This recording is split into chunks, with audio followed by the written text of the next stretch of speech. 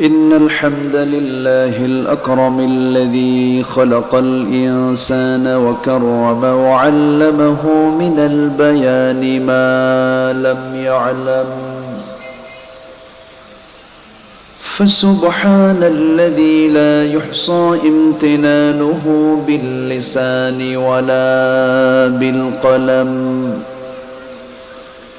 نشهد أن لا إله إلا الله وحده لا شريك له،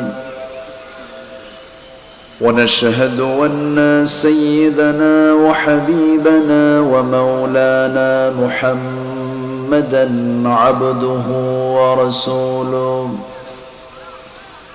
الذي أرسله بالحق بشيرًا ونذيرا وداعيا إلى الله بإذنه وسراجا وقمرا منيرا. فقد قال الله تعالى في كلامه المجيد وفرقانه الحميد: أعوذ بالله من الشيطان الرجيم. بسم الله الرحمن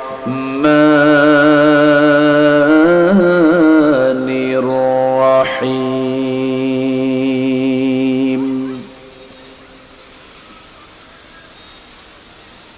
إن الذين يكتمون ما أنزلنا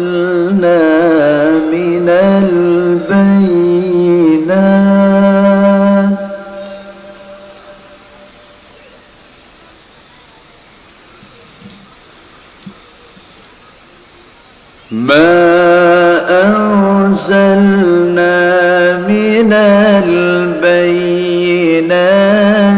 والهدى من بعد ما بيناه للناس في الكتاب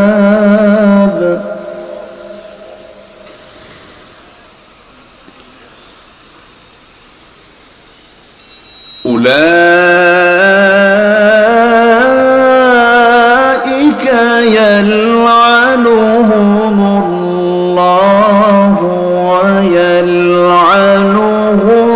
اللاعنون.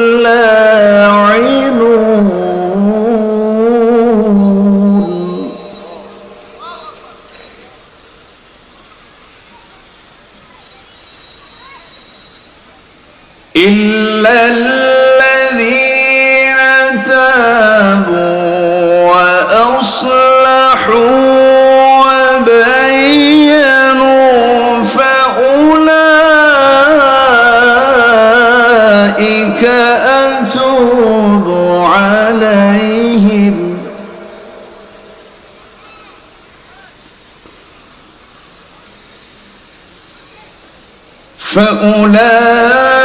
فأولئك أتوب عليهم وأنا التواب الرحيم.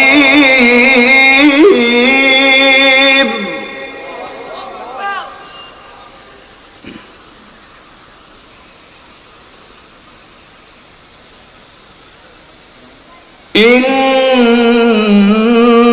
الذين كفروا وماتوا وهم كفار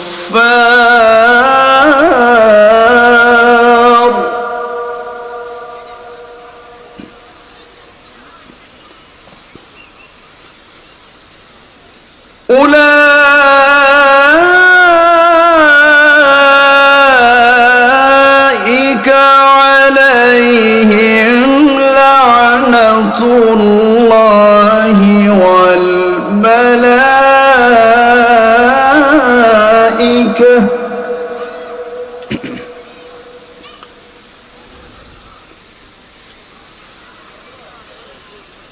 والملائكة والناس أجمعين خالدين فيها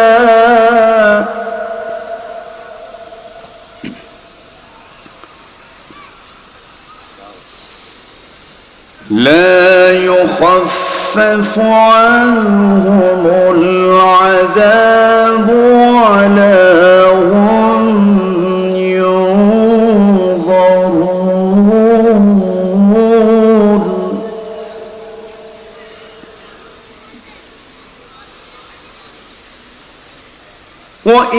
وإلهكم إله واحد إله إلا هو الرحمن الرحيم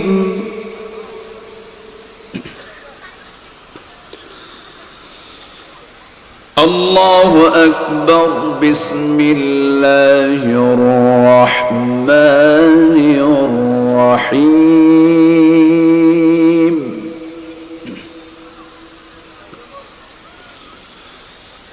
إن الله وملائكته يصلون على النبي يا أيها الذين آمنوا صلوا عليه وسلموا تسليما اللهم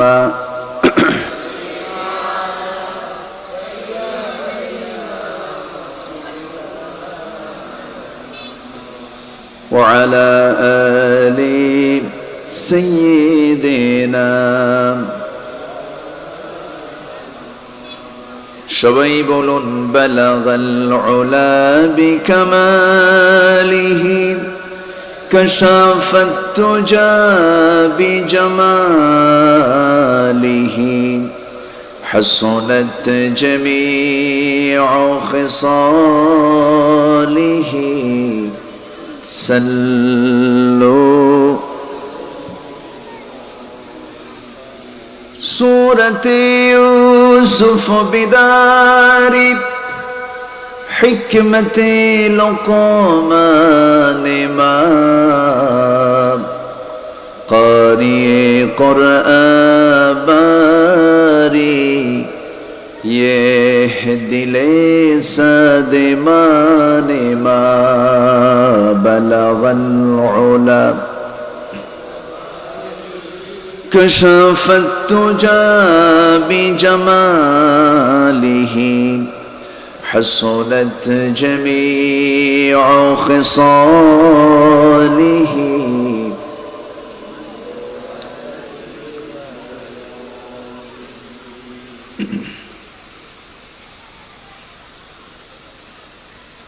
সমুদ্রের তীরবর্তী অঞ্চল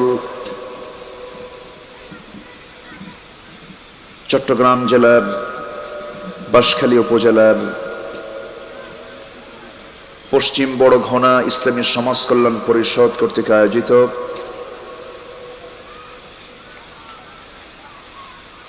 ঐতিহ্যবাহী তাফসীরুল কোরআন মাহফিল 2024 30শে জানুয়ারি অনুষ্ঠিত আজকের এই মহৎ আয়োজনের সম্মানিত সুযোগ্য সভাপতি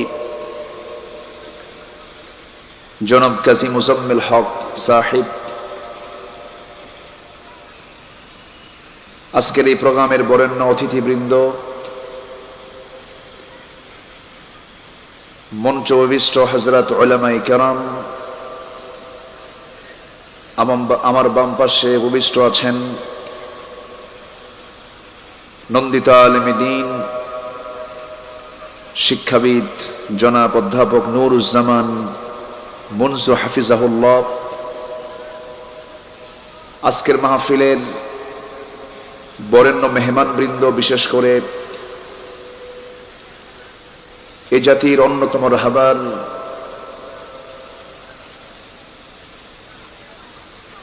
মুহতারাম আল্লামা তারিক মুনওয়ার হাফিজাহুল্লাহ আজকের এই প্রোগ্রামের বরেণ্য মেহমান, প্রথিতযশা আলেমে দ্বীন, ইসলামী আন্দোলনের অন্যতম সিপাহসালার, অকুতুবয় সৈনিক, আমার অত্যন্ত কাছের মুহতারাম মাওলানা মাহমুদুর রহমান দিলাওয়ার হাফিজাহুল্লাহ, উপস্থিত হাজরাত উলামায়ে কেরাম, ফদলায়ে ইজাম, সামনে উপস্থিত আজকের মাহফিলের প্রধান আকর্ষণ, যাদেরকে নিয়ে আজকের এই সাজানো গোছানো বর্ণাঢ্য আয়োজন, কালেমার ঝান্ডাবাহী, তাওহীদের পতাকাবাহী, দ্বীন ইসলামের নরসারদুল বীর মুজাহিদ, প্রাণ প্রিয় সম্মানিত দ্বীনী ভাইরা, আড়ালে বসে আছেন শ্রদ্ধেয়া সম্মানিতা মা বোনেরা। আলোচনার সূচনায় আনুষ্ঠানিকতার মধ্য দিয়ে আমার পক্ষ থেকে আবারও দিল খোলা সালাম, আসসালামু আলাইকুম ওয়া রাহমাতুল্লাহি ওয়া বারাকাতুহু।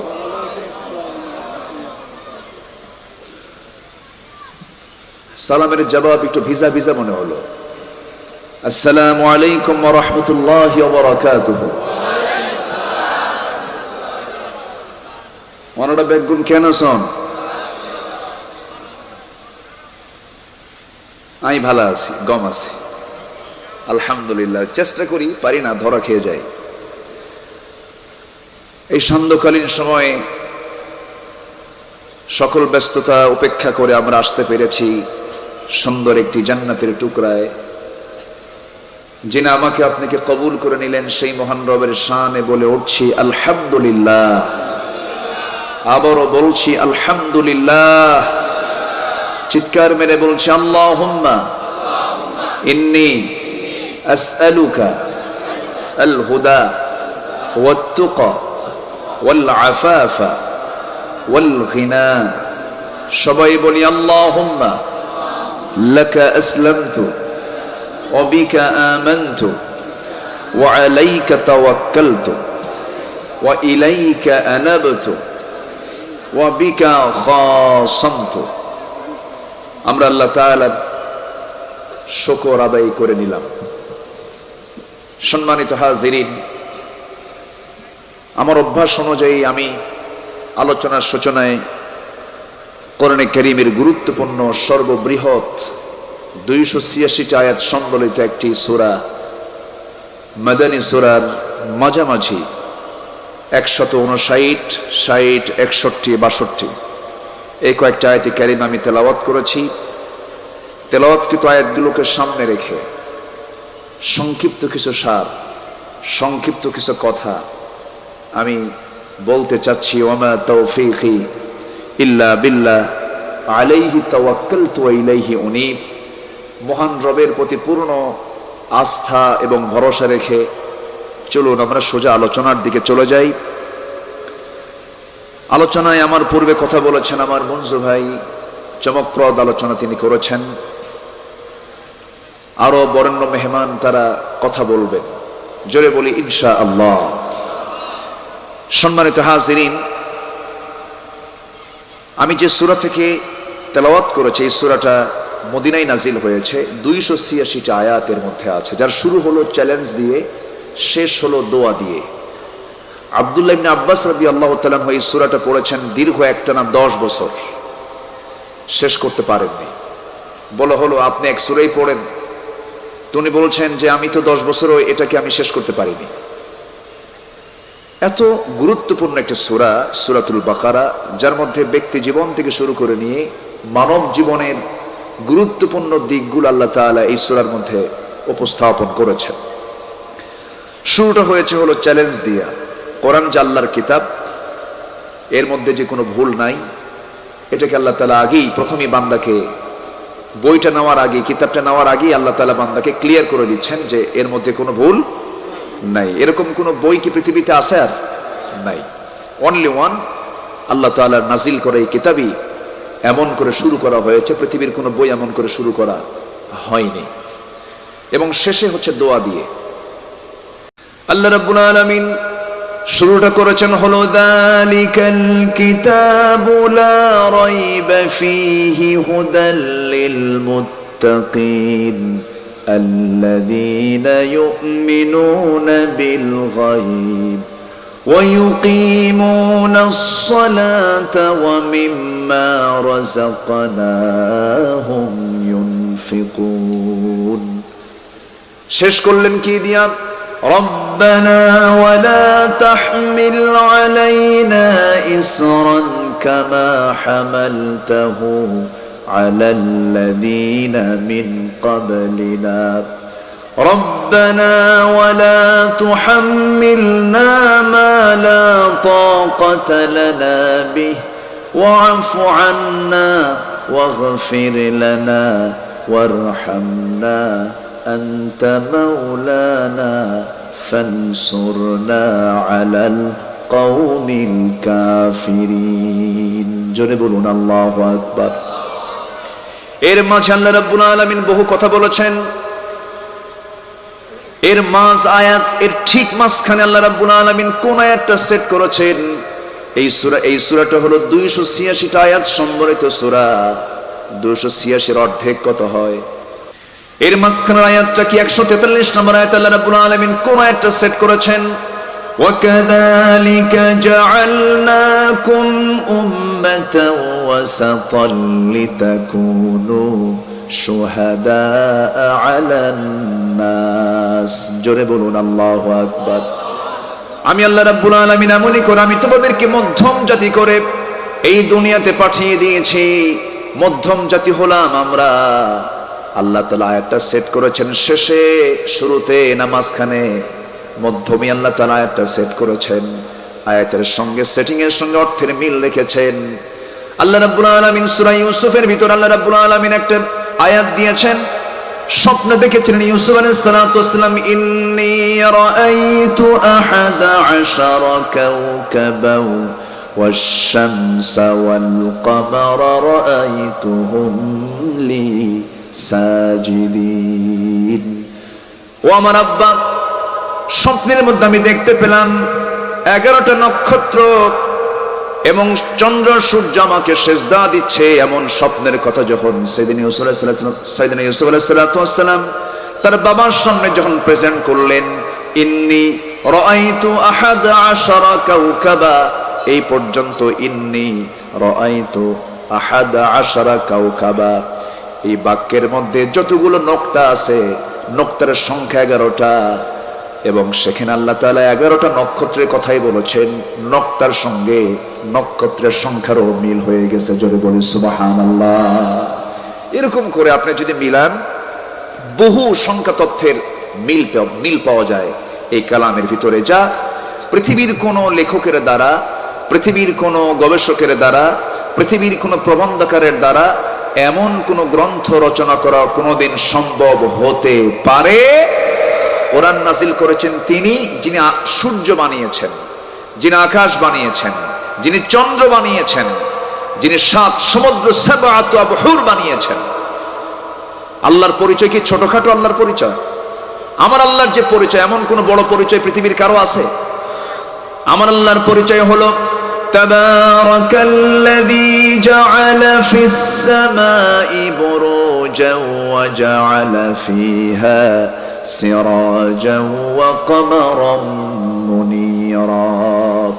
আমার আল্লাহর পরিচয় হলো তাবারাকাল্লাযী বিয়াদিহিল মুলকু ওয়া হুয়া আলা কুল্লি শাইইন কাদির।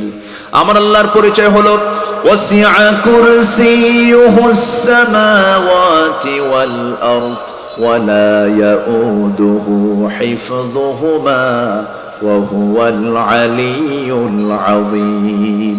জোরে বলুন আল্লাহু আকবার। এমন পরিচয় পৃথিবীর কেউ দিতে পারবে না। আমার আল্লাহর পরিচয় তো সেই আল্লাহ যিনি সাব্বিহ ইসমা রাব্বিকাল আ'লা الذي خلق فسوى والذي قدر فهدى والذي أخرج المرعى فجعله غثاء أحوى। আমার আল্লাহ শুধু উপরে না সবার উপরে? শুধু উপরে না, সবার উপরে। কত বড় তিনি আছেন, তিনি কত বড়, কত মহান। আল্লাহকে চিনলে বান্দার আর কাউকে চেনার প্রয়োজন হয় না। যে বান্দা আল্লাহকে চিনতে পেরেছে, তার সব জানা হয়ে গেছে। সবার আগে আমরা জানবো আল্লাহ তাআলাকে। আমার আল্লাহ কত পড়ে, আমরা যেখানে বসে আছি ঠিক এই জায়গা থেকে আমার আল্লাহ কত দূরে তিনি আছেন। আর রহমানু আলাল আরশিস্তাওয়া, আরশ আজিমে তিনি সমাসীন আছেন। ফিস সামাঈদ দুনিয়া, দুনিয়ার আকাশে তিনি প্রত্যেক রাতের বেলা আসেন, মাঝ রাতের দিকে আসেন, তাহাজ্জুদের সময় আসেন। আলামিন মুস্তাগফিরিন ফাগফির আলাহ, ক্ষমা করার জন্য তিনি আসেন। 7 আকাশ পেরিয়ে প্রথম আসমানে তিনি চলে আসেন।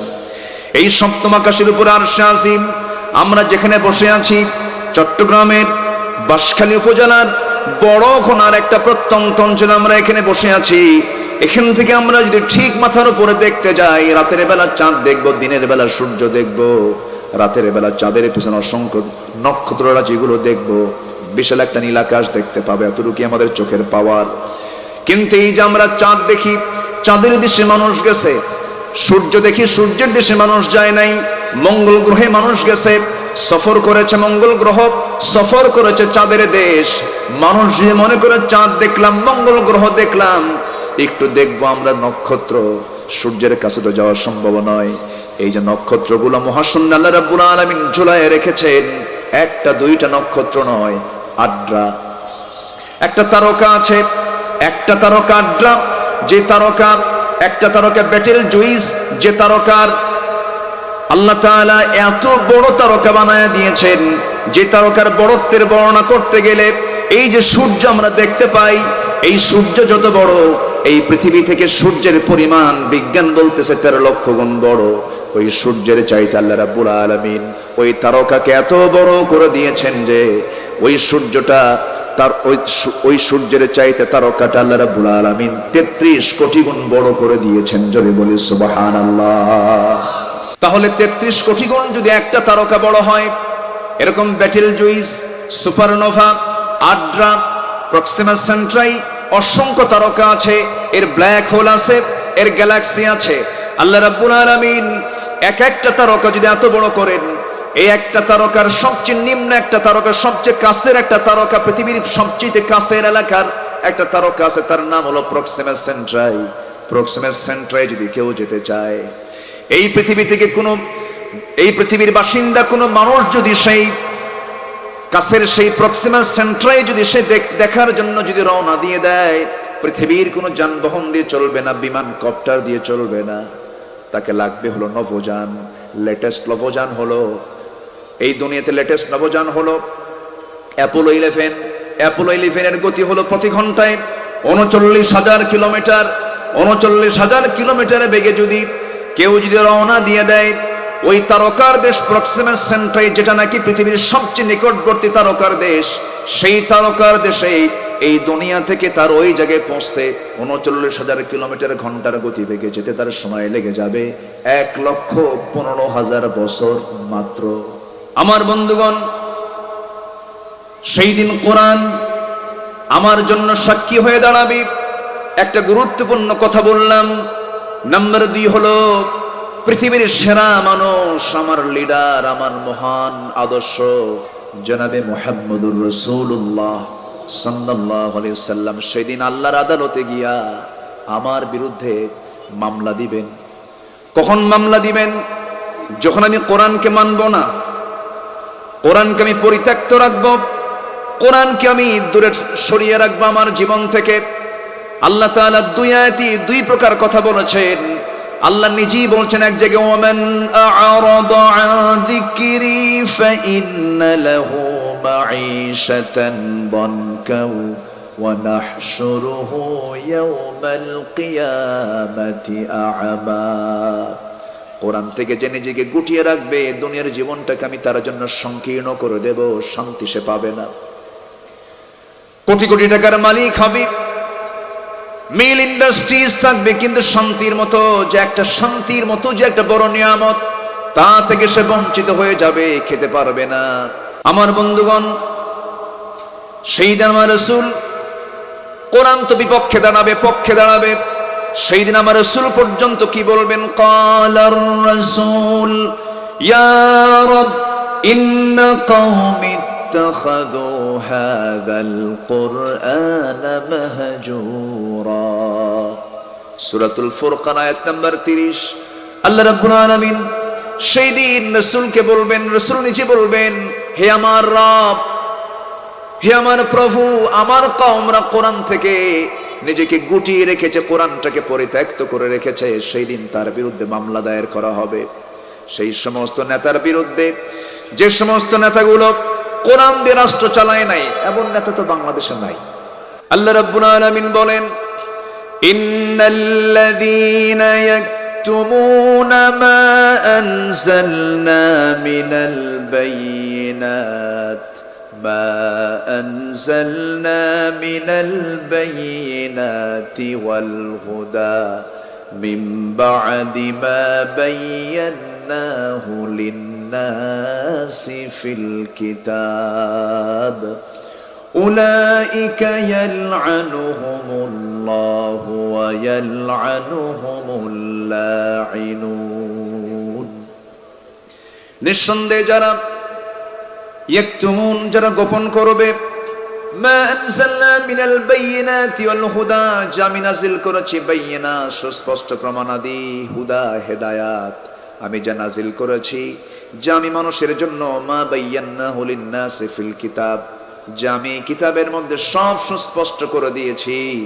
এত সুস্পষ্ট করে দেওয়ার পরও যারা এটাকে গোপন করবে, যারা আড়াল করবে, যারা রাষ্ট্রে চালাবে না, প্রতিষ্ঠানে চালাবে না, নিজের ব্যক্তি জীবনে এটাকে বাস্তবায়ন করবে না, আল্লাহ রাব্বুল আলামিন তাদের ব্যাপারে এত রাগ করেছেন, এত রাগান্বিত হয়েছেন যে তিনি নিজেই বলছেন, উলাইকা ইয়ালআনুহুমুল্লাহ, এই সমস্ত বান্দার উপরে সরাসরি লানত কার? আসতে বলবেন না, কার? আল্লাহর লানত। আমার বন্ধুগণ, কত ভয়ঙ্কর আয়াত আল্লাহ রাব্বুল আলামিন আরেক আয়াতে বলছেন, ইন্নাল্লাযীনা কাযযাবু বিআয়াতিনা ওয়াস্তাকবারু আনহা লা তুফাত্তাহু লাহুম আবওয়াবুস সামাই ওয়া লা ইয়াদখুলুনাল জান্নাহ হাত্তা ইয়ালিজাল জামালু ফি সাম্মিল খিয়াত وَكَذَلِكَ نَجْزِي الْمُجْرِمِينَ।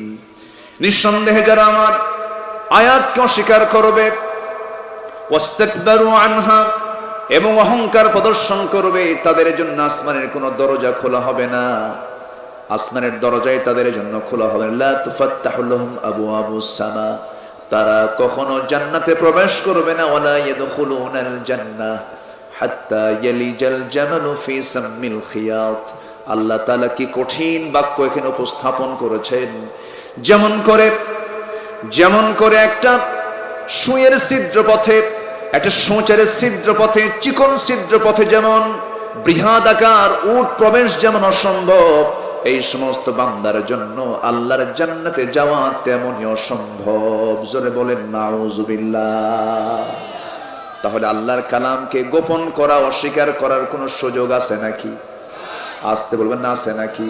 কিন্তু আমার দেশে বহু নামাজি লোক আছেন, বহু হাজি লোক আছেন, তারা নামাজ পড়েন কিন্তু আয়াতকে অস্বীকার করেন।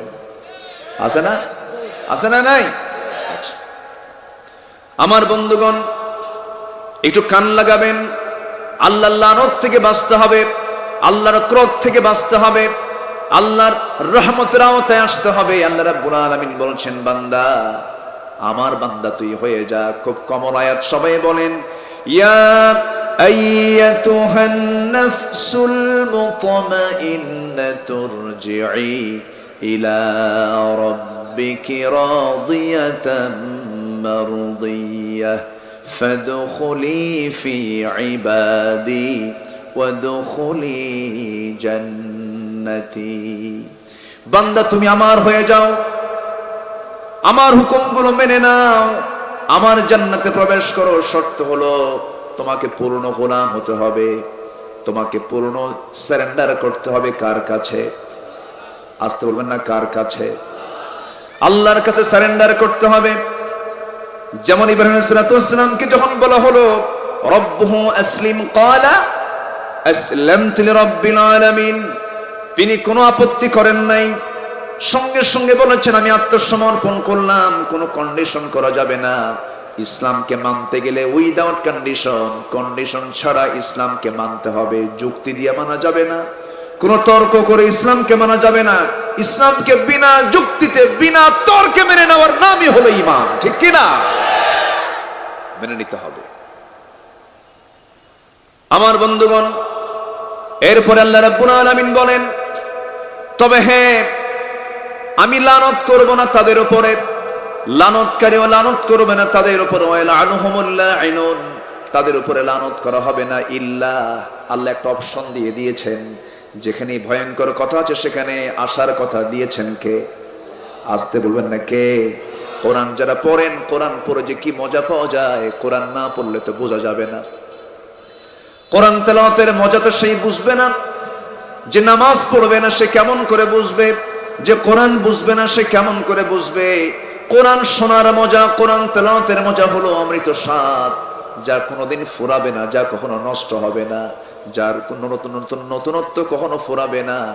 আমার বন্ধুগণ, আমার ভাইয়েরা, দুঃখ লাগে সংসদে আজকে কোরআন তেলাওয়াত করার মতো লোক নাই, ঠিক কি না? গান গাওয়ার একটা লোক ছিল 15 বছর, এবার তাও আউট হয়ে গেছে। এখন কোথায় যে ফাটাবে আল্লাহই জানে, ফাটাও, ঠিক আছে না? হ্যাঁ, ওরাই পছন্দ করে না। কোরআন তো পারেই না, আবার পণ্ডিতগিরি দেখায়, নিজের পণ্ডিতগিরি জাহির করতে গিয়ে ধরা খেয়ে যায়, মিশকাত শরীফকে সিয়াসিত্তার কিতাব বানায় ফেলে। বুঝলেন না? এত বড় পণ্ডিতেরা,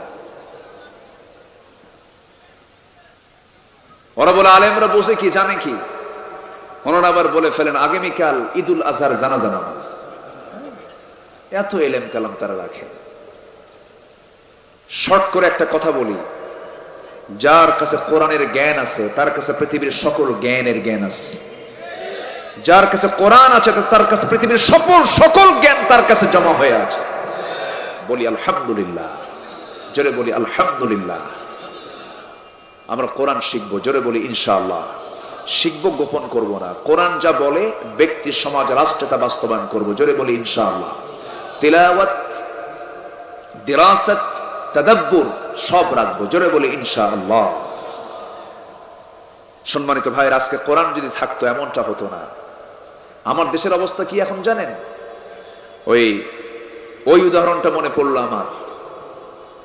দেশে কিছুই হয়নি তো, সবই তো ঠিক আছে। এক রাজা গেছে হলো অবকাশের জন্য দেশের বাইরে। এক মন্ত্রীকে বললো, মন্ত্রী আমি তো দেশের বাইরে যাচ্ছি, তুমি আমার দায়িত্বটা পালন করো।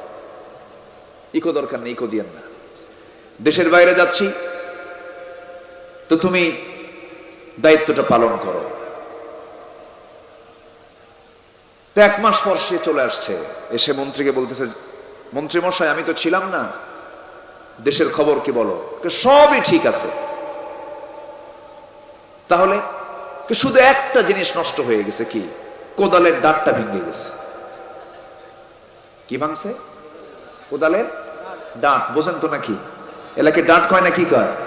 আচ্ছা, এই তো মিল পড়ছে তো। আমি কিন্তু আপনাদের ভাষায় বলতেছি। কোদালের ডাঁটটা ভেঙে গেছে, হাতলটা ভাঙছে।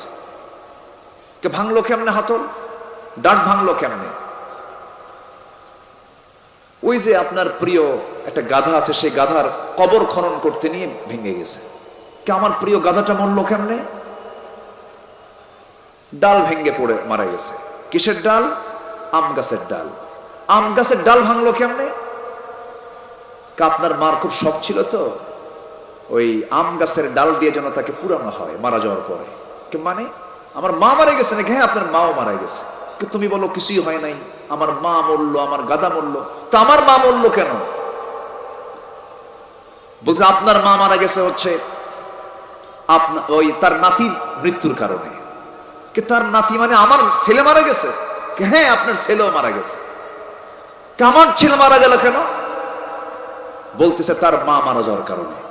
মানে আমার ছেলের মা মানে আমার বউ মারা গেছে? কে আপনার বউ মারা গেছে? আমার বউ মারা গেল কেন? কেমনে মারা গেল? রাজ্যের রাজকোষ থেকে সব চুরি হয়ে গেছে। কামার রাজ্যের রাজ হয়ে গেল, তুমি বলতেছো কিছুই হয় নাই, কোদালের ডাট শুধু ভাঙছে, সবই তো আমার চলে গেছে। আমার দেশের সিচুয়েশন আজকে এইরকমই। আসতে বলবেন না, জোরে বলুন ঠিক কিনা? এদেশের মানচিত্র রক্ষার জন্য, থামেন, এদেশের মানচিত্র রক্ষার জন্য, দেশের স্বাধীনতাকে টিকে রাখার জন্য যদি প্রয়োজনে বুকের তাজা রক্ত ঢেলে দিতে হয়, রাজি আছি। বাতিলদের কাছে আমরা দেশকে কখনো দিতে দেব না। রাজি আছেন কারা কারা? হাত উঁচু করে দেখান মুসলমান।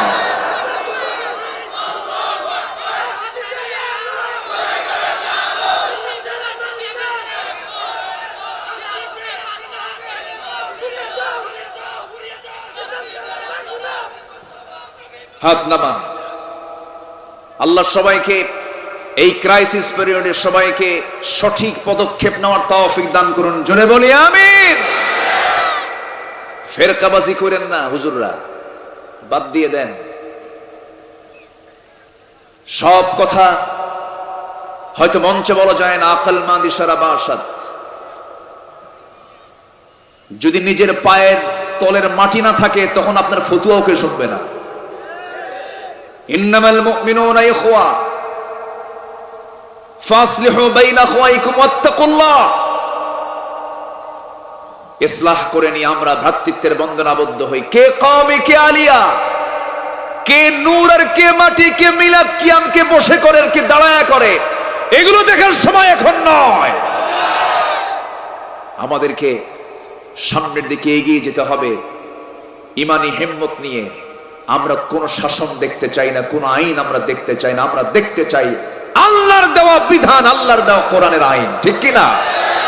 সব দেখা শেষ, আগামীর দেশ কোরআনের দেশ। আল্লাহ কবুল করুন। আরো জোরে আমিন, আরো জোরে আমিন। কষ্ট পাচ্ছেন?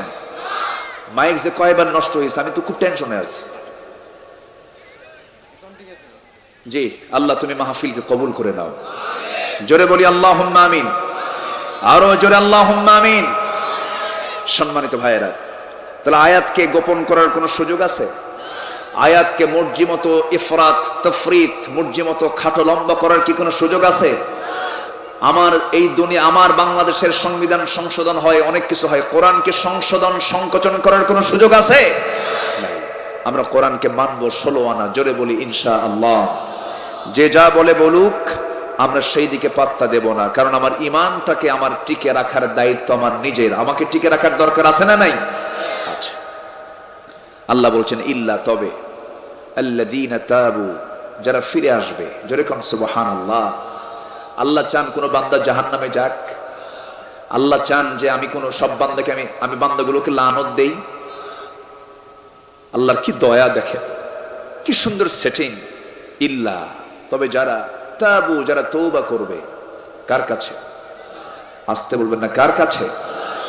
সন্তান বড় বেয়ারা, 4-5টা ছেলে মায়ের, যেটা সবচেয়ে বেশি বেয়াদব, যেটা দুষ্ট, মায়ের নজর কার দিকে থাকে?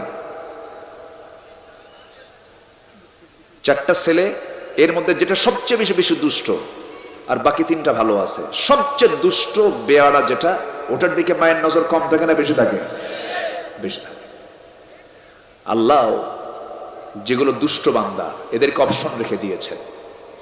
ইল্লা, কি সুন্দর করে বলছেন, যেরকম সুবহানাল্লাহ। আল্লাযীনা তাবু, যারা ফিরে আসবে। বামদল করেছে, জেনা করেছে, দুনিয়ার ফাঁকিবাজি কারবার করেছে, কালোবাজারি করেছে, সব বাদ দিয়ে ইল্লাল্লাযীনা তাবু, যারা ফিরে আসবে। সুবহানাল্লাহ বলবেন না? তাহলে আল্লাহ তাআলার আমাদের জন্য নাজাতের অপশন আছে না নাই? আসতে বলবেন না, আছে না নাই? আচ্ছা, আল্লাহ রাব্বুল আলামিন বলছেন, তবে যারা ফিরে আসবি, আমার দিকে যারা আসবি, আমি তার দিকে 10 হাত এগিয়ে যাব। যে আমার দিকে 1 হাত আগাবে, যে আমার দিকে হেঁটে হেঁটে আসবে, আমি তার দিকে দৌড়ে দৌড়ে যাব। আমার কাছে চোখের পানি ফেলে কাঁদবে, 1 ফোঁটা চোখের পানি দিয়ে আমি 7টা জাহান্নাম নিভাইয়া দেব। বান্দা আমি তোকে মাফ করব, কিন্তু সারেন্ডার কর আমার কাছে। তুই বলে ফেলে দে, ইন্নী ওয়াজ্জাহতু ওয়াজহিয়া লিল্লাযী ফাতারাস সামাওয়াতি ওয়াল আরদা হানিফাও ওয়া মা আনা মিনাল মুশরিকিন। বান্দা তুই বলে ফেল, ইন্না সালাতি ওয়া নুসুকি ওয়া মাহইয়ায়া ওয়া মামাতি লিল্লাহি রাব্বিল আলামিন। আমার সালাত, আমার কুরবানি, আমার জীবন, আমার মরণ সব হবে কার জন্য বলেন? আসতে বলবেন না, কার জন্য? আল্লাহর পথে টিকে থাকতে গেলে ঈমানটাকে টিকে রাখার জন্য বহু ঘাত প্রতিঘাত সহ্য করতে হয়। আমার বন্ধুগণ, ঈমানটা টিকে রাখা সহজ নয়। ঈমান টানা সহজ, ঈমানটা টিকে রাখা কঠিন। বড় বড় যারা আল্লাহর পছন্দের যারা বান্দাগুলো সব পরীক্ষিত ছিলেন। এখন ইতিহাস তৈরি, ইতিহাস খোঁজার জন্য দূরে যাওয়া লাগে না। আমরা আহমদ ইবনে হাম্বলের নাম শুনেছি, ইমাম আযম আবু হানিফার নাম শুনেছি। আবু হানিফা রাহমাতুল্লাহ আলাইহি 8টা বছর জেলখানার মধ্যে থাকলেন। শেষ সময়ে তাকে বিষ প্রয়োগ করে দুনিয়া থেকে বিদায় করে দেওয়া হলো। আমার ভাইয়েরা, এরকম করে যুগে যুগে যারা ঈমানের উপরে টিকে থাকতে চেয়েছেন, টিকে ছিলেন, টিকে থাকতে গিয়ে হাসতে হাসতে তাদেরকে ফাঁসির মঞ্চে যেতে হয়েছে, জেলখানায় পুড়ে পুড়ে তাদেরকে মরতে হয়েছে, শহীদ হতে হয়েছে। একটা ইমামের নাম মনে পড়ে গেল, ইমাম ইবনে তাইমিয়া রাহিমাহুল্লাহ। দামেস্কের জেলখানায়, কিসের জেলখানায়? সিরিয়ার দামেস্কের জেলখানায় তাকে আটকানো হয়েছে। দামেস্কের জেলখানায় তিনি কারাবন্দী। দামেস্কের জেলার, ওই জেলখানার জেল সুপার জেলার তার সামনে এসে বলতেছে, হুজুর আমরা হুকুমের গোলাম, কিচ্ছু করার নাই, মেহেরবানি করে মাফ করে দিয়েন, আমাদের কোনো দোষ আল্লাহর আদালতে ধরা পড়বে নাকি, আপনি বলেন তো একটু। ইমাম ইবনে তাইমিয়া বলছেন, শোনো জেলার, তোমাদের মতো লোক থাকার কারণেই তো এই সমস্ত জালিমরা জুলুম করতে পারে, ঠিক কিনা? যে চাকরি করতে গিয়ে ঈমান হারাতে হয়, যে কর্মচারীগিরি করতে গিয়ে নিজের সততাকে বিক্রি করতে হয়, তার মুখে আমরা থুতু মারি, ঠিক কিনা?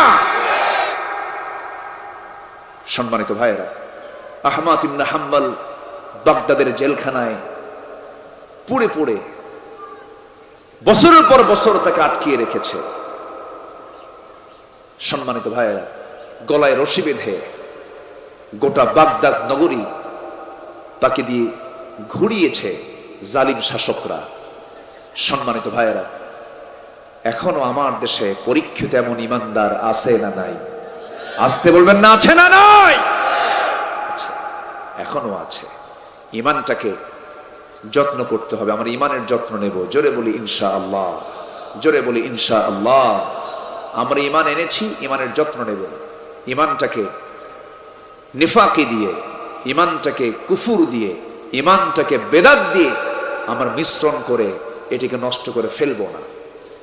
আল্লাহ তাআলা বলছেন, ইন্নাল্লাযীনা আমানু ওয়া লাম ইয়ালবিসু ঈমানাহুম বিযুলমিন উলাইকা লাহুমুল আমনু ওয়া হুম মুহতাদুন।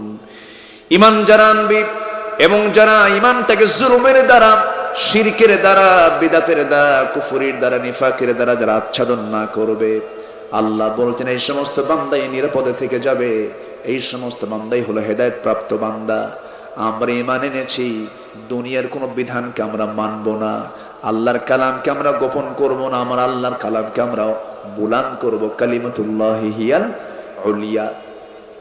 আমার ভাইয়েরা, ফিরে আসবো আমরা আল্লাহর পথে, ফিরে আসবো আমরা নবীর পথে, ফিরে আসবো আল্লাহর দ্বীনের পথে। এখানে কোনো কন্ডিশন করে ফিরে আসবো না। জান্নাত পাওয়ার জন্য পূর্ণ সারেন্ডার করতে হবে আল্লাহর আদালতে, আল্লাহর কাছে সম্পূর্ণ সারেন্ডার করতে হবে। আমার বন্ধুগণ, যুগে যুগে সাহাবে কেরাম, আম্বিয়া কেরাম, তাদের জীবনগুলো আমাদের সামনে নখদর্পণে রাখা দরকার। দেখেন কেমন করে ঈমানটাকে যত্ন নিতে গিয়ে দুনিয়ার সব কিছু ছেড়ে দিয়েছেন। আব্দুর রহমান ইবনে আওফের দিকে তাকান, মিলিয়নার একজন সাহাবী ছিলেন। হাজার হাজার কোটি টাকার মালিক ছিলেন। সব কিছু ছেড়ে দিয়া তিনি মক্কা থেকে মদিনায় চলে আসলেন। বউ রেখে আসলেন, সন্তান রেখে আসলেন, কোটি কোটি টাকার বিজনেস রেখে আসলেন। সম্পূর্ণ রেখে এসে তিনি মদিনায় ইমানটাকে টিকে রাখার জন্য মদিনায় তিনি হিজরত করে চলে আসলেন। নবীর সামনে বসে আছেন তিনি একদিন। আমার নবীজি বলছেন, আব্দুর রহমান, এই চোখ আমার দুইটা সাক্ষী। তুমি মক্কায় কত ধনী মানুষ ছিলে, কোটি কোটি টাকার বিজনেস তুমি করেছো, বউ আছে, বাচ্চাও আছে। আজকে এত কষ্ট করে তুমি মদিনায় হিজরত করে আসলে, আব্দুর রহমান, তোমাকে দেখে আমার বড় কষ্ট হচ্ছে, তোমার কি কষ্ট হচ্ছে না? সঙ্গে সঙ্গে আব্দুর রহমান ইবনে আওফ বলেন, ইয়া রাসূলুল্লাহ, আমার চুল পরিমাণ কোনো কষ্ট নেই, কারণ সবচেয়ে বড় দৌলত আল্লাহ এবং রাসূলকে আমি পেয়ে গেছি। জোরে কোন সুবহানাল্লাহ, আর জোরে কোন সুবহানাল্লাহ। আমি আল্লাহ এবং রাসূলকে পেয়ে গেছি, আর কাউকে আমার প্রয়োজন নাই। রাসূল বলেন, আব্দুর রহমান, তোমাকে দেখে আমার বড় কষ্ট হচ্ছে, বউ বাচ্চা সব তুমি রেখে চলে আসছো। একজন আনসার সাহাবীর সামনে দাঁড়ালেন। রাসূল বলছেন, আনসার সাহাবী, এদিকে আসো, আমার আব্দুর রহমানের দিকে একটু নজর দাও তো, দেখো তো কিছু করা যায় নাকি। আব্দুর রহমানকে সঙ্গে করে নিয়ে ওই আনসার সাহাবী ঘোড়ার পিঠে তুললেন। মদিনার সবচেয়ে বড় দুইটা খেজুর বাগান দেখায় দিলেন। দুইটা বড় খেজুর বাগান দেখায় বলছেন, ভাই আব্দুর রহমান, আল্লাহ আমাকে এই দুইটা বড় খেজুর বাগানের মালিক বানায় নিয়েছেন। যে কোনো একটা তুমি পছন্দ করবে, আমি তোমাকে এখন এই দাঁড়িয়ে থেকে আমি তোমার নামে দলিল করে দেব। সঙ্গে সঙ্গে আব্দুর রহমান বলছেন, ভাই আনসার, আর কি বলবে বলো। এবার বলছেন, শুনুন, এই মদিনার কোনো মেয়ের বাবা আপনার সঙ্গে বিয়ে দেবে না, কারণ আপনার ঘর নাই, টাকা নাই, পয়সা নাই। আল্লাহ তাআলা আমাকে দুইটা স্ত্রী দান করেছেন, যে কোনো একজন স্ত্রী আমি তালাক দেব, আপনি তাকে বউ বানায় নেবেন। আমি আর কি করতে পারি আপনার জন্য? আব্দুর রহমান আনসার সাহাবীকে বুকের মধ্যে জড়িয়ে ধরে বলছে, ভাই রে, বউ তালাকও লাগবে না, খেজুর বাগান আমার নামে দলিল করে দেওয়া লাগবে না, যা বলেছ আমি খুশি হয়েছি। আমাকে ছোট্ট একটা বাজার দেখা দাও, বাজার করবো, ব্যবসা, একটু ছোট্ট একটা ব্যবসা ধরি আমি। ছোট্ট একটা বাজার দেখিয়ে দেওয়া হলো। বিজনেস করলেন, কয়েক রতি সোনা কামাই করলেন, আনি নয়, ভরিও নয়, কয়েক রতি সোনা কামাই করলেন। বিয়ের প্রয়োজন মনে করলেন, বিয়েটা করে নিলেন। নবীর কাছে সুন্দর পোশাক পরে আতর সুরমা লাগায় নবীর সামনে কয়েকদিন পরে হাজির হলেন। রাসূল তাকে দেখে বলছেন, ও আব্দুর রহমান, তোমাকে দেখে কেমন যেন মনে হচ্ছে, তুমি কি বিয়ে করেছো নাকি? হুজুর, আমি তো বিয়ে করে ফেলছি, তুমি আমারে দাওয়াত দিলা না।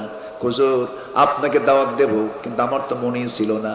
দেখবেন বিয়ের সময় অনেক কাছের মানুষও কিন্তু বাদ পড়ে যায়, বাদ পড়ে না, পরিস্থিতি বিয়ে শাদী হয়ে যায়। আমার নবীজি মনক্ষুণ্ণ হলেন না। নবীজি বলছেন, আব্দুর রহমান, ঠিক আছে, বিয়ে তো করেছো, কিন্তু আমার তো এতটুকু জানার দরকার আছে, তোমার তো টাকা পয়সা নাই, মোহরানা কেমন করে দিলা? বিয়েটা করলে টাকার তো প্রয়োজন হয়েছে তোমার। হুজুর, কয়েক রতি সোনা কামাই করেছি, ব্যবসা করে ছোট্ট ব্যবসা ধরেছি। আমার নবীজি এতটাই খুশি হলেন, আব্দুর রহমানকে বুকের সঙ্গে জড়িয়ে ধরে বলছেন, আব্দুর রহমান রে, আমি তোর জন্য দোয়া করি, তোর ব্যবসার জন্য দোয়া করি, তোর পরিবারের জন্য দোয়া করি। আল্লাহ আমার আব্দুর রহমান ইবনে আওফের ব্যবসা এবং পরিবারে তুমি আল্লাহ বরকত দিয়ে ভরাইয়া দাও। যেরকম সুবহানাল্লাহ। এমন করে নবীজি দোয়া করলেন যে আব্দুর রহমান ইবনে আওফ আশারে মুবাশশিরের একজন সাহাবী ছিলেন, বদরি সাহাবী ছিলেন, উহুদি সাহাবী ছিলেন, খন্দকে গেছেন, বড় বড় যুদ্ধে তিনি অংশগ্রহণ করেছেন। এত বড় মিলিয়নার, একজন হাজার কোটি টাকার মালিক একজন সাহাবী, জান্নাতি 10 জন সাহাবীর মধ্যে অধিকাংশই সাহাবী ছিলেন ধনী মানুষ। ধনী হতে কোনো আপত্তি নাই, কিন্তু তারা গরিব হয়েছেন দিনের জন্য, আল্লাহর দ্বীনকে কায়েমের জন্য। আমার ভাইয়েরা, আব্দুর রহমান ইবনে আওফ নবীর দোয়াটা পাইলেন। আল্লাহ তাআলা তাকে 13 সন্তান দান করেছেন মদিনায়। আল্লাহু আকবার। এবং তিনি যখন দুনিয়া থেকে বিদায় হয়ে যান, সন্তানগুলো কুড়াল দিয়ে কেটে কেটে সোনা ভাগ করে নিয়েছে। তাবুক অভিযানের সময় আব্দুর রহমান ইবনে আওফ নিজে তিনি 3 বস্তা সোনা তিনি তাবুক অভিযানে দান করেছেন। যেরকম সুবহানাল্লাহ। আমার ভাইয়েরা, ঈমানের উপরে টিকে থাকলে বরকত আছে না নাই? আসতে বলবেন না, বরকত আছে না নাই? বরকত আছে। বিপদ আসবে, বিপদ আসলে পরে ভাবতে হবে বিপদ ও নিয়ামত। বরকত নিয়ামত দুই দিকটা আল্লাহ তাআলা, কাউকে আল্লাহ রাব্বুল আলামিন বিভিন্ন ভাবে পরীক্ষা করেন। সমস্ত পরীক্ষায় বান্দার মুখ থেকে একটা কথাই বের হবে, আল্লাযীনা ইযা আসাবাতুহুম মুসিবাতুন قالوا إنا لله وإنا إليه راجعون সকল ফয়সালা কার? আসতে বলবেন না, কার? আল্লাহর ফয়সালা। আমার বন্ধুগণ, একটু কান লাগান। এই আব্দুর রহমান ইবনে আওফের জীবন থেকে একটা বিষয় আমরা শিখে নিলাম। ইমানের, দ্বীনের প্রয়োজনে, ইসলামের প্রয়োজনে, প্রয়োজনে বাড়িঘর, সংসার, সন্তান সন্ততি সব কিছু ছেড়ে দিতে হবে। প্রয়োজনে ইমানদার কখনো কোনো শর্ত জোড়ায় দিতে পারবে? জোড়ায় দিতে পারবে? পারবে না। আমার বন্ধুগণ, সাহাবে কেরামদের এত মর্যাদা কেন হলো? সাহাবীদের দাম এত কেন করা হলো? as-sahabatu kan-nujum iqtadaytum fahtadaytum। সাহাবীরা হলো আকাশের নক্ষত্রের মতো, ইক্তেদা করবে, হেদায়েত পেয়ে যাবে। এত দাম হওয়ার পেছনে আমি যতটুকু কারণ দেখেছি, যতগুলো দিক আমি দেখেছি, আমার কাছে ছোট্ট গবেষণায় মনে হয়েছে এই সকল সাহাবীরা আমার রাসূলকে সত্যি সত্যি তারা তাদের জীবনের চাইতে রাসূলকে বেশি ভালোবেসেছে। জোরে কান সুবহানাল্লাহ, জোরে কান সুবহানাল্লাহ। আজকে যদি আমার ইমানের, আমরা যদি একটু মাপতে যাই, ইমানটাকে মাপতে যাই, আমি আমার নিজের নফসকে যদি প্রশ্ন করি, ও আব্দুল্লাহ আমিন, ও আল্লাহর গোলাম, তুই কি তোর জীবনের চাইতে রাসূলকে বেশি ভালোবাসতে পেরেছিস? যদি মনটা, যদি সুস্থ বিবেক নিয়ে যদি মনটা বলতে পারে, হ্যাঁ আমি আমার জীবনের চাইতে রাসূলকে বেশি ভালোবাসি, অবশ্যই তার ইমানটা সফল ইমান। বলি আলহামদুলিল্লাহ। আমার ভাইরা, আমার বন্ধুগণ, রাসূলকে সব সাহাবী ভালোবেসেছেন। একটা সাহাবীর কথা মনে হলো, এটা বলে আমি শেষ করে দেব। আমার নবীকে খুব ভালোবেসেছেন সেই সাহাবী। সবাই তো রাসূলকে ভালোবেসেছেন, কিন্তু সবাইকে আবু বকর, সবাইকে আবু বকর, সবাই তো আবু বকর না। একজন সাহাবী খন্দকের পরিখা খনন করার সময় আমার রাসূলকে খুব কাছ থেকে পরখ করলেন, যা কেউ দেখতে পায় নাই। সাইয়েদনা আবু বকরের মতো সাহাবী ওই দৃশ্যটা দেখতে পান নাই, কিন্তু ওই সাহাবী রাসূলের কাছ থেকে গিয়ে লক্ষ্য করে দেখেন নবীজির জুব্বার নিচে পেটের মধ্যে পাথর বাঁধানো, নবীজির পেটে পাথর বাঁধা। এই দৃশ্য দেখা মাত্রই হাউমা করে সেই সাহাবী কেঁদে ফেলে বলছেন, ইয়া রাসূলুল্লাহ, আপনি বুঝাচ্ছেন আমরা কেউ দেখি নাই, কিন্তু আমি তো দেখে ফেলে দিয়েছি। হুজুর, এই কষ্ট কি আমরা সহ্য করতে পারবো না? কি? রাসূল মুস্কি হাসি মেরে বলছে, ওরে আমার জাবির, আজকে 4টা দিন 4টা রাত যাবত আমার পেটে কোনো খাবার নাই। যা টাকা পয়সা ছিল সব অস্ত্র কিনে সব শেষ হয়ে গেছে রে। কোনো সম্পদ, কোনো খাবার আমাদের কাছে নাই, কি করা যায় বলো? সাইয়েদনা জাবির বলছেন, ইয়া রাসূলুল্লাহ, একটু দেরি করেন, দেখে বাড়িতে খবর নেই। চলে গেছেন বাড়িতে, বউকে ডাক দিয়ে বলে, কিছু আছে নাকি? ছোট্ট একটা ছাগল আছে, 5 থেকে 6 কেজি ওজনের ছাগল। সেই ছাগলটা জবাই করে বউকে দিয়ে বললেন, শোনো, রান্না বান্না করো, রাসূলকে দাওয়াত দেব। বউ আবার কানে কানে বলছে, শোনো, রাসূলকে কানে কানে বলবা, বেশি লোককে বললে নবীজির খাওয়া কম হয়ে যাবে। ছোট্ট ছাগল রাসূল যেন তৃপ্তি ভরে খেতে পারেন, 4 দিন হলে খান না। ঠিক আছে। সাইয়েদনা জাবির এসে রাসূলের সামনে আস্তে করে কানের মধ্যে মুখ ঢুকায় বলছেন, হুজুর, ব্যবস্থা করেছি, ছাগল একটা জবাই করেছি, আপনার প্রিয় খাবার রুটি এবং ছাগলের গোশত আমি রান্না বান্না করে রাখছি, আপনি চলেন। আমার নবীজি জাবিরের মুখ থেকে এই কথা শুনে কানে কানে শুনলেন, কিন্তু তিনি সামনে দাঁড়ায় গেলেন, কোদালটা হাত থেকে সরায় নিলেন। খন্দকের পরিখা খনন করছিলেন। সেই সময় নবীজির জুব্বা ধুলায় মলিন, মাথার চুল ধুলায় মলিন, রাসূলকে চেনা যায় না, ধুলায় মলিন হয়ে আছেন। আস্তে করে দাঁড়ায়া শরীরটা ঝেড়ে বলতেছে, ও সাহাবীরা, তোমরা কি জানো জাবির আমাদের সবাইকে দাওয়াত দিয়েছে?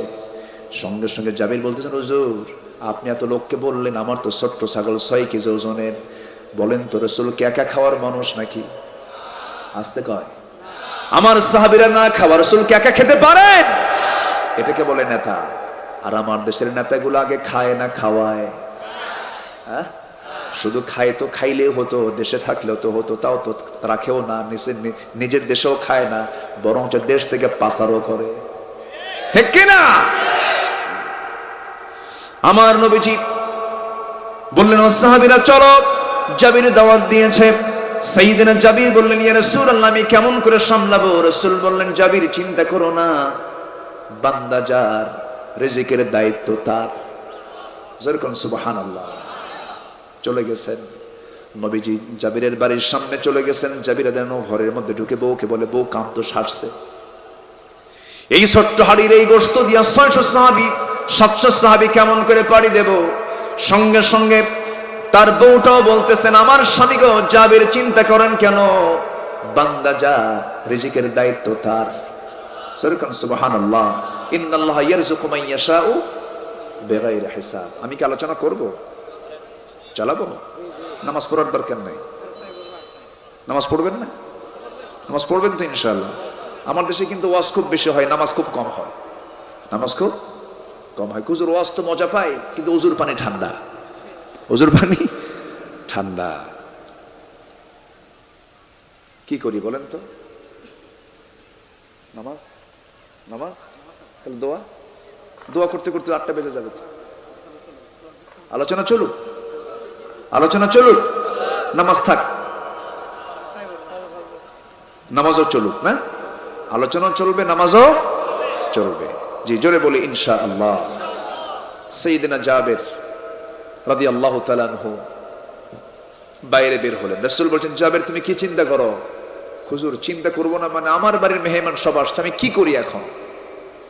কোনো চিন্তা নাই, কোনো চিন্তা তোমার নাই। রিজিকের দায়িত্ব কার? কিছু কিছু যুবক আছে আমাদের কাছে দোয়া চায়, হুজুর কেমন করে চলবো, চাকরি নাই, বাকরি নাই, সমস্যা, এই সমস্যা, ওই সমস্যা। কিছু কিছু লোকের হতাশা দেখলে মনে হয় ওর ঈমান আছে কিনা সন্দেহ। আছে না? এরকম আছে না? বলেন তো। আছে। হতাশা আসে হলো শয়তান থেকে। হতাশা আসে কিসের থেকে? শয়তান থেকে। আপনার জীবনের যত ক্রাইসিস আছে, যত সমস্যা আছে, সব সমস্যাকে মাথায় নিয়ে শুধু আপনি যদি তৃপ্তি মতো ইখলাসের সাথে যদি সেজদার মধ্যে যদি আপনি আল্লাহর কাছে চাইতে পারেন, এর চাইতে চরম তৃপ্তিকর, চরম আনন্দদায়ক দ্বিতীয় কাজ পৃথিবীতে আর নাই। সেজদা দেব কার কাছে? আস্তেও সেজদা দেব কার কাছে? সকল চাওয়ার জায়গা কোথায়? সেজদা। সকল চাওয়ার জায়গা কোথায়? সেজদা। আপনি ভাবতেছেন শুধু সুবহান রাব্বিয়াল আলা, সুবহান রাব্বিয়াল আযীম রুকু সেজদায় না, সকল চাওয়ার জায়গা হলো সেজদা। আল্লাহু আকবার বলেন। নফল নামাজে দাঁড়িয়ে যাবেন, নফল নামাজে দাঁড়িয়ে যত চাওয়ার মন চায় সেজদায় পড়ে চাবো আমি। জোরে বলি ইনশাআল্লাহ। দেওয়ার জন্য কে আছেন?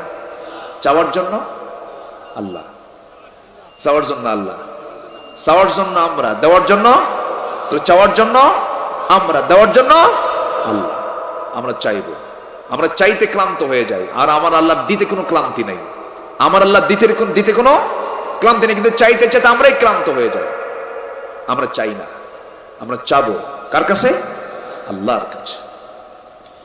সাইয়েদনা জাবের রাদিয়াল্লাহু তাআলা আনহু এবার বলছেন, ইয়া রাসূলুল্লাহ কি বলবেন আপনি, আমাকে বলে দেন, কি পরিকল্পনা, কি নির্দেশনা দিবেন? রাসূল বলছেন, শোনো, তোমার বউটাকে বলে দাও হাড়ির যে উপরে ঢাকনা আছে, ঢাকনা যেন না সরায়। রুটির উপরে যে ঢাকনা আছে, সেই রুটির ঢাকনা যেন না সরায়। আজকে কাউকে বন্টন করতে দেব না, আমি রাসূল নিজ হস্তে আমি আজকে বন্টন করব। জোরে বলুন সুবহানাল্লাহ। আমার বন্ধুগণ, এই সাইয়েদনা জাবির রাদিয়াল্লাহু আনহু একদিন নবীর সঙ্গে মদিনার বাইর থেকে উটের পিঠে চড়ে চড়ে আসতেছেন। তিনি এক উটের পিঠে, নবী যার এক উটের পিঠে, সাহাবে কেরাম আসতেছেন। জাবিরের উটটা ছিল বুড়া উট। কি উট? বুড়া উট। সেই বুড়া উটটা চলতে পারে না, পিছে পিছে যায়, আস্তে আস্তে আসতেছে। সাইয়েদনা জাবির বলেন, ইয়া রাসূলুল্লাহ আপনি আমাকে খুব ভালোবাসেন, দেখেন তো আমার উটটা বুড়া হয়ে গেছে, চলতে পারে না, আপনি একটু আমার জন্য দোয়া করে দেন। আমার নবীজির সঙ্গে সঙ্গে তার হাতে একটা লাঠি ছিল, আস্তে করে উটের গায়ে একটা ঘুতা মারলেন। সেই বুড়া উটটা এত তাজা হয়ে গেছে, সবাইকে পিছিয়ে ফেলে সে ফার্স্টে মদিনায় পৌঁছে গেছে। নবীজি বললেন, জাবির তুমি খুশি হয়েছো নাকি? হ্যাঁ খুশি হয়েছে। আর কি করলে খুশি হবে বলো? তোমার বুড়া উটটা আমি কিনবো, তুমি আমার দিবা নাকি? কে? আমি দেবো। বুড়া উট তো আপনি নিয়ে নেন। টাকা দিলেন, উটটা হাতের মধ্যে নিয়ে বলছেন, জাবির তুমি আমাকে এত ভালোবাসো, এত মহব্বত করো, জাবির রে উটটা আমি নেব না, টাকাও তোমাকে দিলাম, উটটাও তোমাকে আবার গিফট করলাম। জোরে কোন সুবহানাল্লাহ। নবীজির সঙ্গে কিছু কিছু সাহাবীর গভীর সম্পর্ক ছিল। আবু আইয়ুব আনসারী রাদিয়াল্লাহু তাআলা আনহু, সাইয়েদনা আবু বকর, আনাস বিন মালিক, একটা একটা এক্সট্রা আলাদা সম্পর্ক তাদের সাথে ছিল। সব সাহাবী কিন্তু নিকটতম কিছু সাহাবী ছিলেন। আমার নবীজি হাড়ির কাছে গেলেন। আমার নবীজি ছিলেন এমন নবী যিনি রান্না বান্নাও করতেন, খাবারগুলো বন্টন করতেন। রান্না বান্না যারা করে তাদেরকে কি বলে? বস্তি না কি কয়? মানে বাবুর্চিকে কি বলে? বস্তি। হ্যাঁ, দেখেন আপনাদের অনেক ভাষা কিন্তু শিখে ফেলছে আমি। ডাক কইলাম, আর কি গামলা কইলাম, এরপরে বস্তি কইলাম। ওই যে রাস্তায় চলতে নিয়ে দেখবেন কিছু মানে গাছ ঘেরাও দেওয়ার জন্য কিছু বেড়া দেয়। আরেকটা বেড়া আছে টিয়ারা আছে না নাই বলেন তো?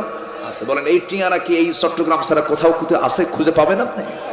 বেড়া খুঁজে পাবেন কিন্তু টিয়ারা শব্দ কোথাও পাবেন না। এরকম করে আমি একটু চেষ্টা করতেছি, কিন্তু এটা আমৃত্যু হবে না, পারবো না আপনাদের ভাষা রপ্ত করতে। কারণ এই ভাষা পূর্ণ রপ্ত করতে এই এলাকায় জন্ম না নেওয়া হবে না, এটা তার ইহ জন্মে হবে না। আমার নবীজি ঢাকনা খুললেন। ঢাকনা খুলে নিজের নবীজি নিজে বন্টন করা শুরু করলেন। বন্টন করতেছেন, সাহাবীরা খাওয়া শুরু করেছেন। বিসমিল্লাহ বলে বন্টন, নবীর হাতের বিসমিল্লাহ, নবীর মুখের বিসমিল্লাহ। সবাই বন্টন করা। রাসূল সবার হাতে হাতে রুটি দিয়েছেন, গোশত দিয়েছেন। সবার খাওয়া শেষ হয়ে গেছে। চুল পরিমাণ গোশত কমে নাই, জাবিরের বাড়ির রুটিও কমে নাই। জোরে কোন সুবহানাল্লাহ। রিজিকের দায়িত্ব কার? আসতে বল, রিজিকের দায়িত্ব কার? রাসূলকে বড্ড জাবির রাসূলকে ভালোবেসেছেন। আমরা ফিরে আসবো আল্লাহর পথে, ফিরে আসবো নবীর পথে, ফিরে আসবো ইসলামের পথে। ইল্লাল্লাযীনা তাবু ওয়া আসলাহু, ঠিকঠাক করে নেব। ওয়াবায়্যানু, সুস্পষ্ট করে নেব। ফাউলাইকা তুবু আলাইহিম, আমি তাদের তওবা কবুল করব। আনা তাওয়াবুর রহিম, আমি হলাম বড় তওবা কবুলকারী এবং রহমওয়ালা। আল্লাহ সবাইকে আমল করার তৌফিক দান করুন। সুবহানাকাল্লাহুম্মা ওয়া বিহামদিকা আশহাদু আল লা ইলাহা ইল্লা আনতা আস্তাগফিরুকা ওয়া আতুবু ইলাইক। দোয়া করব কি এখন? দোয়ার কি দরকার আছে? হ্যাঁ না, মানে এখন আযান দিয়ে নামাজ হয়ে যায়। আল্লাহুম্মা আমিন। রব্বানা যালামনা আনফুসানা ওয়া ইল্লাম তাগফির লানা ওয়া তারহামনা লানাকুনান্না মিনাল খাসিরিন। হাজার হাজার মুসলমান নরনারী তোমার বান্দাগুলোকে নিয়ে হাত তুলেছি, বান্দিগুলোকে না তুলেছি। গুনার দিকে নজর দিও না, বান্দা মনে করে তামাম জীবনের গুনাহগুলোকে মাফ করে দাও। মাছ থেকে জনম দুঃখিনী মা যারা বিদায় নিয়েছেন, জিন্দেগীর গুনাহগুলো মাফ করো। কবরগুলোকে জান্নাতের টুকরা বানায়া দাও। রব্বির হামহুমা কামা রব্বায়ানি সগীরা, রব্বির হামহুমা কামা রব্বায়ানি সগীরা।